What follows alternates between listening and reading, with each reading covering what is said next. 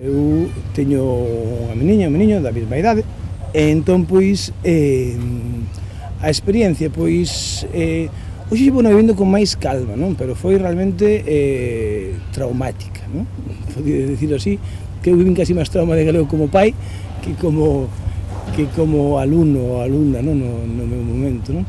Na medida en que eu vía que tanto eu como a súa nai, que ainda que é castelán falante, os fillos falalles e edúcalles en galego, non? Se refire a eles en galego.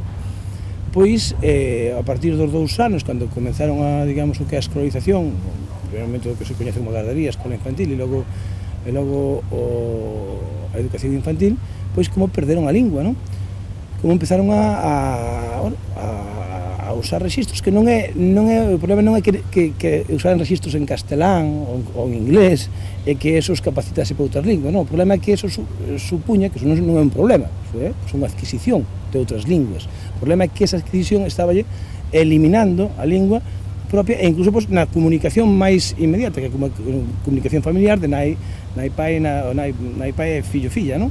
Entón, pois eso sí foi un golpe duro de levar, porque, claro, era realmente difícil cambiar esa situación, non? Excepto co que un pode entender como é a imposición, non? A imposición familiar, que no meu caso sí se dá unha imposición familiar.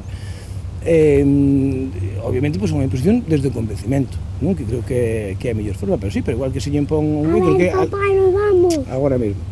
Eu creo que igual que se lle impón a un fillo, pois, unhas cuestións de carácter ético, unhas hábitos a hora de comer, non? Que é unha imposición, incluso, pois, a veces pola forza verbal, non? Pois tamén se lle pode impoñer unha lingua, aínda que sea con un esforzo que non debería haber, porque non estamos nun país normal, claro.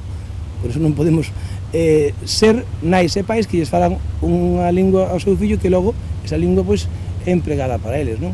Neso a nós nos require un esforzo adicional que en poucas sociedades debe estar a pasar, non?